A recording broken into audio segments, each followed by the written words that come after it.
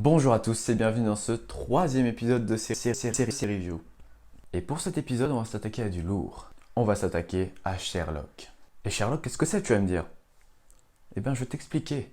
Calme, je vais t'expliquer. Sherlock est une série britannique avec le charismatique Benedict Cumberbatch et le hobbit Martin Freeman, créé par Mark Gatiss qui joue Mycroft, et Steven Moffat, l'un des scénaristes les plus en vogue depuis l'arrivée de la saison 5 de Doctor Who qui marque le switch entre David Tennant et Matt Smith pour le rôle du Docteur. L'arrivée de Moffat dans Doctor Who a vraiment marqué un tournant dans cette série, la rendant plus mystique et plus féerique à mes yeux. Et c'est là que j'ai vraiment commencé à adorer Doctor Who. Et je dis pas que l'avant Moffat était pas bien, Mais en fait, c'est vers ces moments-là que je me suis dit waouh, Doctor Who c'est énorme. Mais enfin, j'en parlerai plus tard. Elle est diffusée depuis juillet 2010 sur BBC One, c'est-à-dire la même chaîne que pour Doctor Who ou Torchwood, et est donc une énième adaptation de Sherlock Holmes, comme on peut en voir des milliards un peu partout. Et vu que je connais pas trop ton niveau de culture, je vais quand même un peu t'expliquer d'où ça vient, quoi.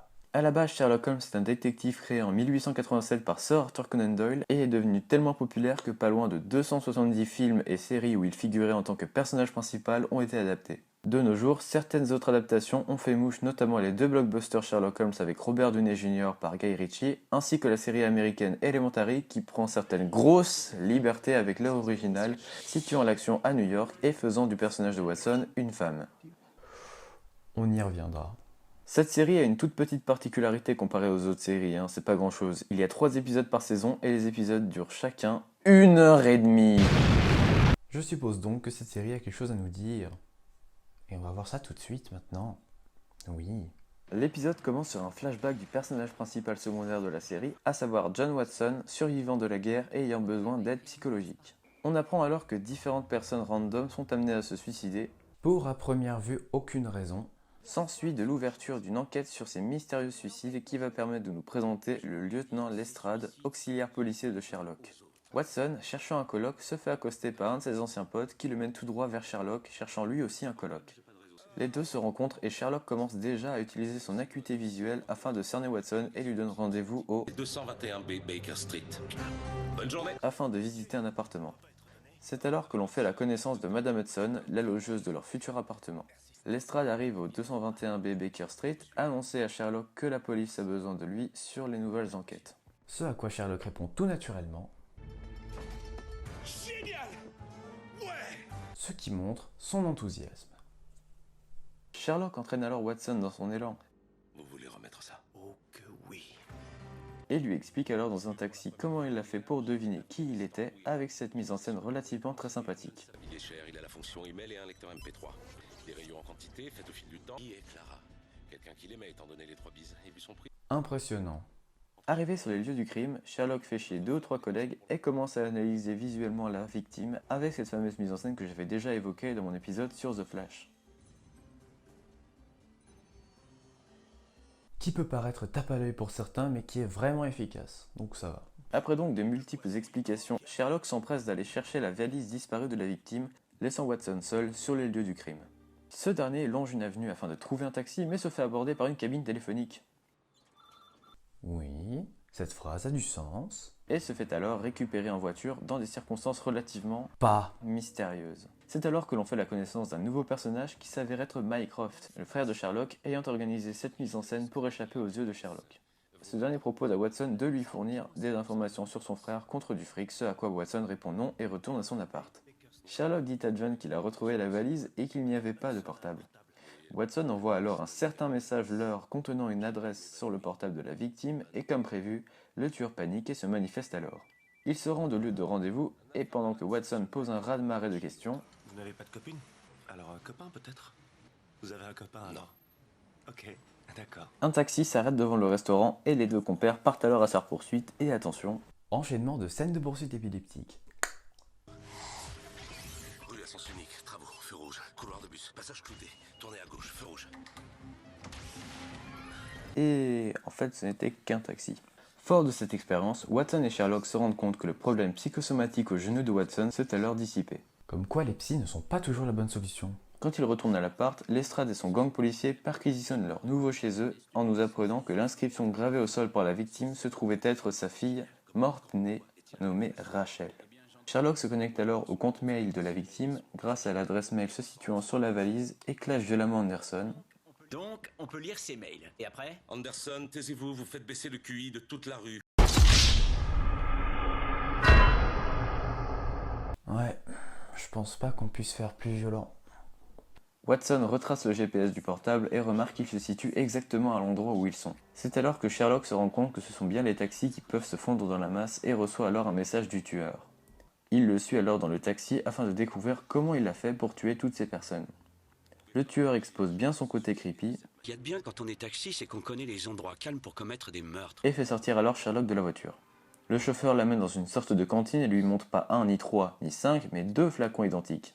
Choisis les pilules blanches et tu meurs. Choisis les pilules blanches et tu meurs. Mais en fait non. L'un tue, l'autre ne fait rien et celui qui ne sera pas choisi par Sherlock sera alors pris par le chauffeur. Après un rapide cernage du chauffeur, ce dernier explique qu'il a un sponsor qui lui verse de l'argent à ses enfants pour chaque personne tuée. Il décide alors que le temps est venu de choisir et que si Sherlock ne choisit pas, il se prend une balle direct dans la tête. Sherlock choisit donc la balle et il s'avérait alors que le pistolet était un faux. Sherlock s'apprête à partir quand le chauffeur lui demande de trouver le bon flacon. Et évidemment, il accepte, il en choisit un, va limite jusqu'à la vallée quand Watson, ayant retrouvé la trace du portable, met une balle au chauffeur avant que ce dernier ne s'écrase sur le sol. Ouais, c'était prévisible. Ouais. Avant de mourir, le chauffeur dit à Sherlock que la personne qui le sponsorisait n'est autre que Moriarty. Soit le méchant de l'univers de Sherlock Holmes dans les romans. Ou aussi dans plein d'autres trucs. Mais voilà. Sherlock et Watson se concertent après cette petite péripétie lorsque Mycroft débarque parler à Sherlock et mettant au courant Watson que lui et Sherlock sont bien frères. On apprend aussi que Mycroft est un haut placé dans la hiérarchie secrète britannique quand il n'est pas carrément les services secrets britanniques. L'épisode s'achève sur la mise sous surveillance la plus intensive de Holmes et Watson par le maître. Sherlock est un putain d'ovni, un truc sorti de derrière les fagots anglais qui nous fait totalement redécouvrir ce mythe qu'est devenu Sherlock Holmes au fur et à mesure des années en nous proposant une toute nouvelle vision plus moderne et préservant la forme globale du cadre spatio-temporel de la chose. Sans le côté temporel quoi. La première fois que j'ai regardé cette série, je me suis dit non mais comment j'ai pu louper un truc pendant autant de temps quoi. Et maintenant je ne suis pas du tout déçu.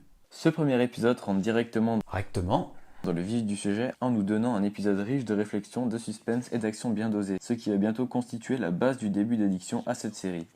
Parce que oui, une fois que tu regardes un épisode de cette série, c'est comme un piège en fait. Tu vois, il t'attrape comme ça et il te tire vers lui. Parce que oui, une fois que tu regardes cette série, eh ben t'as envie de te la faire. La série, hein. Je n'ai quasiment rien d'autre à dire pour souligner le gigantesquement génial de cette série, des dialogues bien travaillés, des acteurs plus justes que justes dans leur rôle, des scénarios profondément profonds et une réalisation qui déchire. Non mais regardez ces plans. Maintien des notes militaires et votre conversation en entrant dans la pièce. C'est plus tout à fait ce que c'était. Ouais. Sherlock c'est un peu l'exemple d'une bonne adaptation sur tous les points, là où Elementary flingue totalement l'histoire originale. Ouais, ils ont des couilles. Et donc se fait un peu massacrer sur internet. Et du coup ça soulève une grande question. Qu'est-ce qu'on pourrait appeler au final une bonne adaptation ? Deux points de vue différents, tous deux recevables, deviennent limite deux partis politiques tellement leurs débats sur le internet du web sont houleux. Le premier, plus conservateur, prône l'appartenance à l'œuvre d'origine, et selon certains, si un des personnages ou ne serait-ce qu'un détail est différent dans une adaptation, ils déverseront systématiquement leur colère à qui voudra bien l'entendre. Appelons-les des fiottes. Le second point de vue est un point de vue que j'appellerais qualitatif. Ce qui pourrait littéralement dire que si une œuvre est appréciée, alors tout va bien. De nombreux critères peuvent qualifier une œuvre de bonne ou mauvaise. Terre ! T'es un peu en retard mec. Ouais je sais, t'inquiète. Cool. Si l'essence même de l'œuvre de base est respectée, alors pourquoi ça devrait poser un problème ? Après ça reste une question d'interprétation. Après cette digression... Gression. Oui. On peut clairement dire que Sherlock réussit brillamment sur ces deux points comparés à des séries comme justement Elementary ou une certaine saison 2 de Gotham raviront clairement plus de partisans du second point de vue. Un autre truc super intéressant et super intriguant fait aussi la saveur de Sherlock, l'étude des langages corporels. En effet, une des particularités de la personnalité de Sherlock est de tout analyser, tout calculer, et ça se passe aussi au niveau physique des gens. Ce qui rajoute selon moi une valeur super concrète qui développe un peu la supériorité de Sherlock par rapport à ses semblables. Bah, toi, il pèse dans le game. Là où Lie to Me est intégralement basé sur l'étude de ses langages corporels, The Mentalist et Sherlock s'en servent plutôt comme d'un levier personnificateur afin de rendre ces personnages plus denses, plus mythiques et surtout plus intéressants à nos yeux, ce qui n'est vraiment pas déplaisant. Cette série qui est non seulement un parfait compromis entre quasiment tout, marque un point d'ancrage plutôt important dans le paysage sériel de nos jours, qui nous montre encore et toujours le talent des Anglais en termes de séries atypiques et passionnantes. Et voilà, c'était le 3e épisode de Série Review, donc j'espère qu'il vous aura plu. Je vous encourage à partager cette vidéo si elle vous a plu, ça encouragera un peu la chaîne à un peu plus se faire connaître. Et surtout, n'oubliez pas de vous abonner si vous considérez que mon travail vaut la peine d'être suivi. Et sur ce, salut!